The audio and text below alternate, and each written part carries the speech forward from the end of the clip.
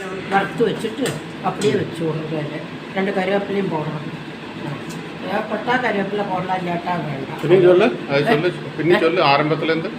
ஆரம்பத்துலேருந்து எண்ணெயை விட்டுட்டு எண்ணெயில் உளுத்தம்பருப்பு போடுறது, கடலைப்பருப்பு 2 கடலைப்பருப்பும் போடணும். அதுக்கப்புறம் 2 மிளகா வத்தல் 2 மிளகா வத்தல் போடணும் வச்சுக்கோங்க.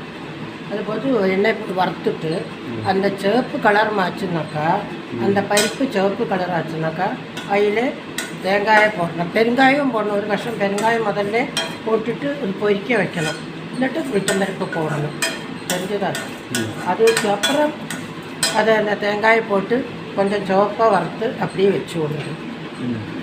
பாத்திரத்தில் கொஞ்சம் புளியை வெள்ளம் எடுத்துட்டு அந்த புளி வெள்ளம் வச்சு திளப்பிச்சு அதில் மஞ்சப்பொடி போட்டு பாரிக்காயை நறுக்கிருந்த அப்படியே போட்டு வேக வச்சு விடுறது.